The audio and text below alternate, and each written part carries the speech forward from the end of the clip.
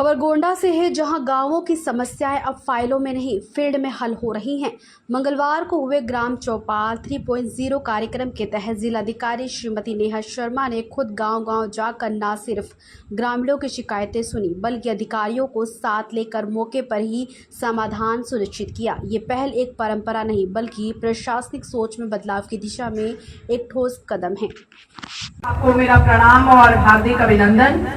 यहाँ हमारी टीम पूरे जिले स्तर के वरिष्ठ अधिकारी सब आपके बीच में आए हैं और इस ग्राम पंचायत में ग्राम चौपाल के आयोजन से आपकी समस्याएं आपके द्वार पर उनके निस्तारण के लिए सारी टीमें जो हैं वो पूरी ईमानदार कोशिश के साथ में आपके बीच आज उपस्थित हुई हैं।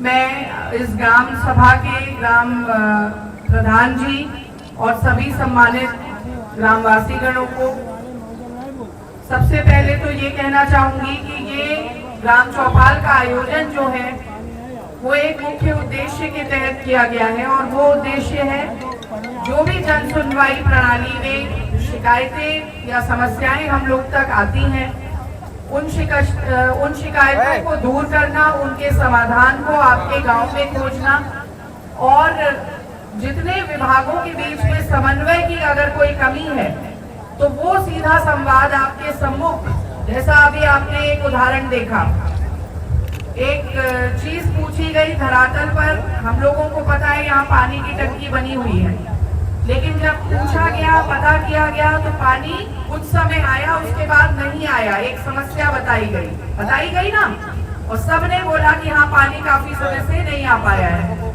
उस समस्या के पीछे जब जड़ में गए तो देखने में आया कि 2-3 विभागों की जिम्मेदारी है।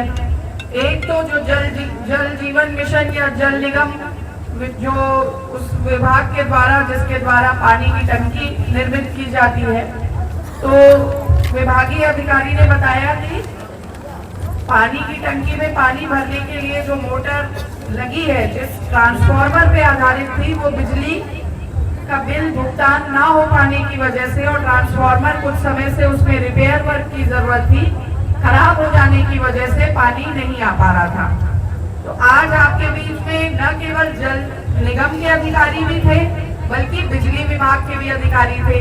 तो उनसे पूछा गया, उनके द्वारा अवगत कराया गया कि ये कार्य जो है वो आज पूरा हो जाएगा, क्योंकि अब जल निगम ने पैसा जमा करा दिया है और पैसा जमा कराने के बाद जो ट्रांसफार्मर लगाने की कार्रवाई है उसको विद्युत विभाग ने आज के लिए प्लान किया हुआ है और आज शाम तक आपके यहाँ वो ट्रांसफार्मर लग जाएगा। ट्रांसफार्मर लगने के बाद पानी की सप्लाई जो है वो यथावत चालू हो जाएगी। तो एक समस्या है, उसके 2-3 जो स्टेक होल्डर्स हैं या 2-3 जो भागीदार डिपार्टमेंट हैं उनके बीच में समन्वय करना, ये भी एक मुख्य उद्देश्य है कि ऐसी ग्राम चौपालों के माध्यम से समस्या का निदान हो, एक संवाद स्थापित हो। और आपने जैसा अभी डीडीओ साहब को सुना कि इस समस्या की मूल जड़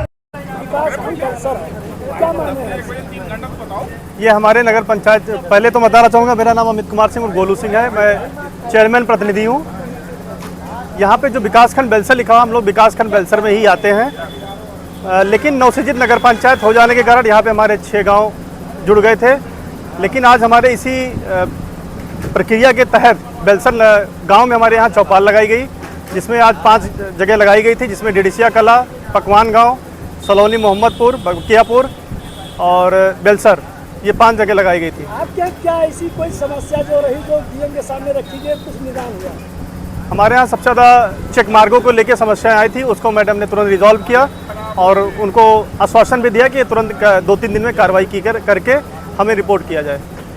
ब्लॉक के तरफगंज तहसील अंतर्गत जो ग्राम चौपाल हैं वो 5 ग्रामों में हम लोग विजिट कर रहे हैं और निरंतर सभी ग्रामों में अलग अलग विषयों पर शिकायतें प्राप्त हो रही हैं। कुछ शिकायतें जो हैं जिनमें हम लोग तात्कालिकता से निर्णय ले रहे हैं, जहां कुछ जगहों पर मौके पे रास्ते का रुकावट है, अवैध रूप से अतिक्रमण की शिकायत है, कुछ जगह पुलिस संबंधी विवाद हैं, राजस्व और भूमि विवाद हैं। और कुछ एक जगहों पर हम लोगों ने देखा मांग आधारित भी हैं, जहां इंटरलॉकिंग या खड़ंजा निर्माण या इस तरह की भी मांग आधारित विषय हैं। तो सभी विषयों पर संबंधित अधिकारियों के द्वारा निराकरण के लिए जो प्रयास हैं वो किए जा रहे हैं। और एक मेजर इशू इस गांव में पानी को लेकर के निकला था। जो जल निगम की पुरानी योजना थी, उस पानी की टंकी में पानी नहीं आ पाने की स्थिति थी।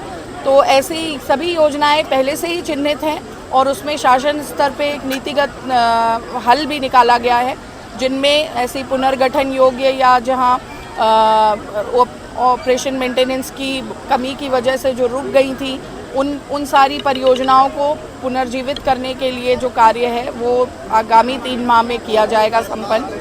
तो ये सबको बताया गया है। वैकल्पिक जल व्यवस्था के लिए हैंडपंप रिबोर जहां आवश्यकता है वो भी बताया गया है। स्कूल का ध्वस्तीकरण की बात आई थी कि 2 साल से एप्लीकेशन दिया गया, मगर सुनवाई नहीं हुई, क्या है?